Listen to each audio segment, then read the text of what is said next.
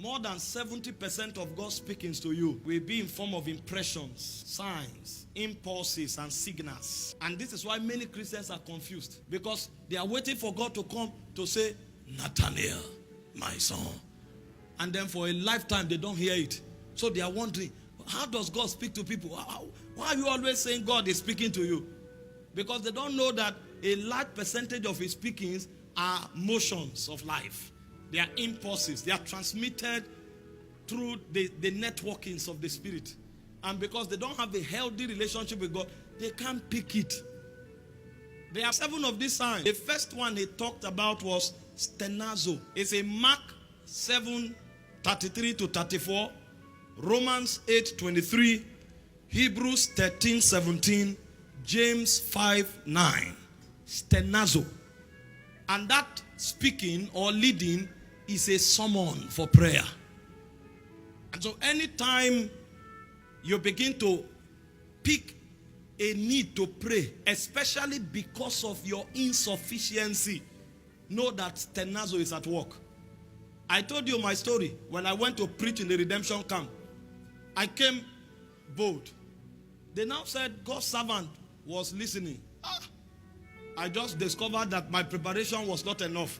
And it was too late to go to my concordance. So I had to go to the bathroom. What happened there was stenazo. I needed more utterance. I needed more vocabulary. I needed more accuracy.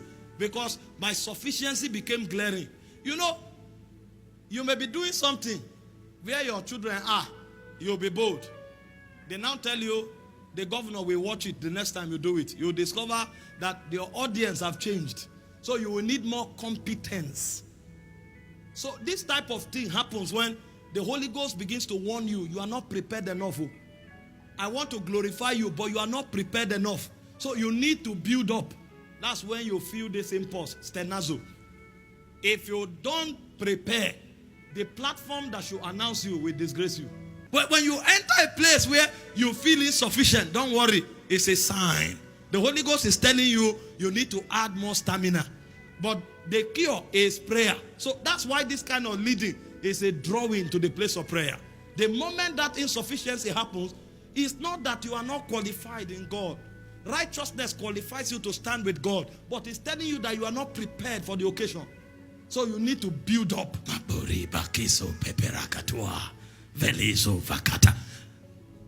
what stenazo does.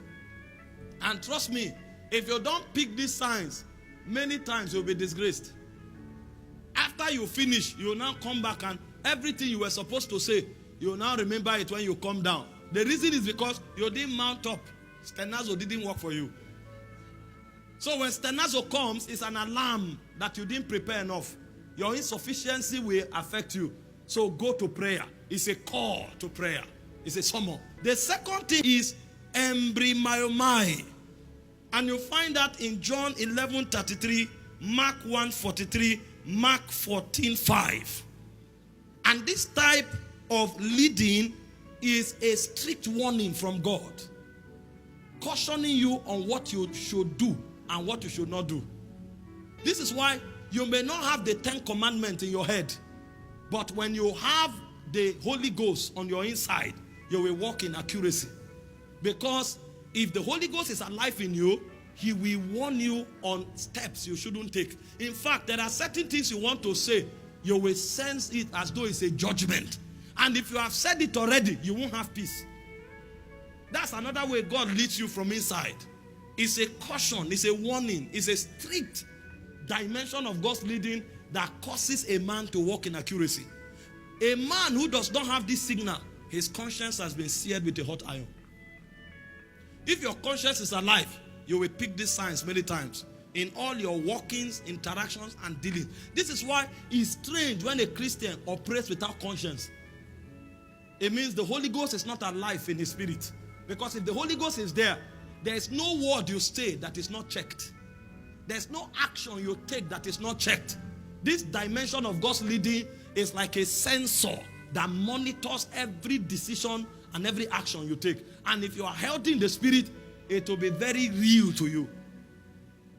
And when you find this type of leading, it's a call to walk circumspectly. It's a call to obedience. It's a call to sensitivity. So anything you are doing, slow down.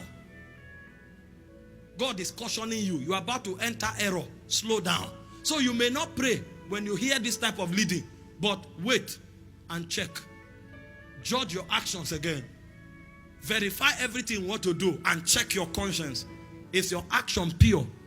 Many times when you check, you will discover that either your action is not pure or you are about to make an error. That is why God comes like that. There are times when you want to tell your wife something, you will feel embarrassed. This thing you want to say is not a sin, but you will hurt her heart. And it is not consistent with the character of God. There are times when you want to go somewhere and play a game. You will notice movement. You are not sinning, but God is against it. If you pick this type of leading, you'll be accurate. And so the way to respond to this one may not be prayer, but it's caution. Slow down. In fact, anything you are doing, stop and examine yourself.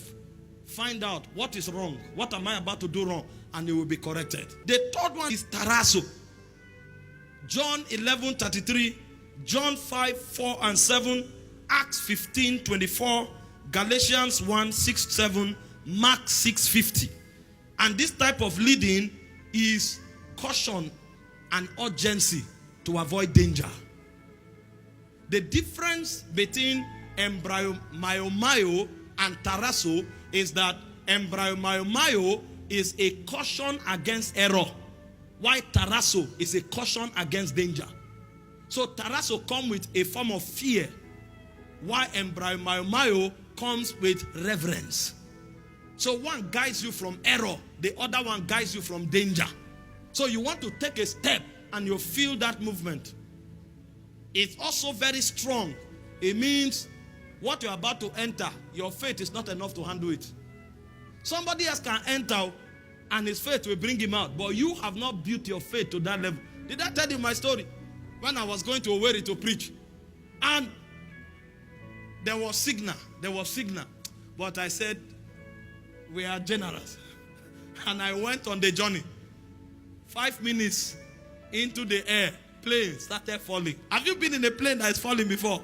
May you never be there. See, I'm telling you, I've been in a car before. The car was hit by a big vehicle. And we were spinning on the road. I told everybody, be still, all is well. There was no movement. I was gallant. But this time the Holy Ghost checked. Maybe I've not meditated on scriptures for a long time. Maybe my spirit was weak. And he said, don't make this journey. Don't make this journey. I heard the sound, but I went ahead. I neglected tarasso. And when we entered the flight, the plane started falling. When myself and Pastor Godwin traveled last week, I saw the plane. I said, that is the plane. I know that one. If you receive tarasso, the